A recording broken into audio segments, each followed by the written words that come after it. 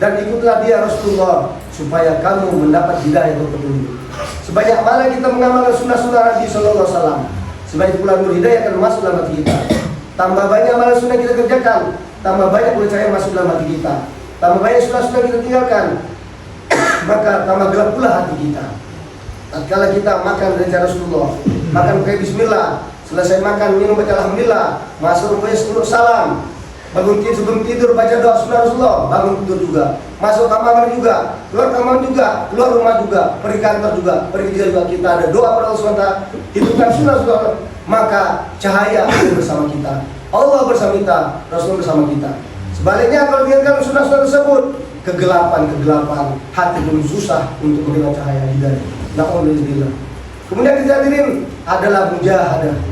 Walladzina jahadu fina la yahdiyannahum subulana wa innallaha ma'al muhsinin. Dan orang-orang berjihad, bermujahadah, bersungguh-sungguh bersusah payah untuk mencari keridhaan kami, benar-benar akan kami tunjukkan kepada mereka jalan-jalan kami. Dan sesungguhnya Allah benar-benar beserta orang-orang yang berbuat kebaikan. Surah Al-Ankabut ayat 69. Orang yang mau bermujahadah, berjuang, berkorban, bersungguh-sungguh agama Allah, bersupaya untuk taat pada Allah, maka Allah akan memberikan hidayah kepada dia.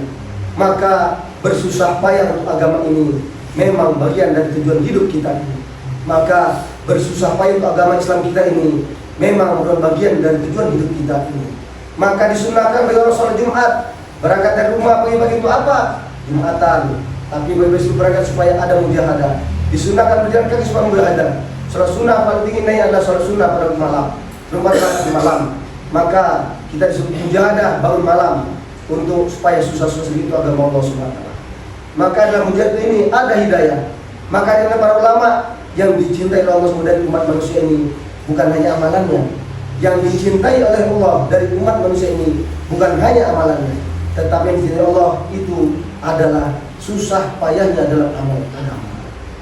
Yang dicintai oleh Allah dalam umat ini adalah bukan amalan saja, tetapi yang dicintai oleh umat ini adalah susah payah dia dalam amalan tersebut. Kalau urusan amalan, maka para malaikat jauh lebih baik dari manusia.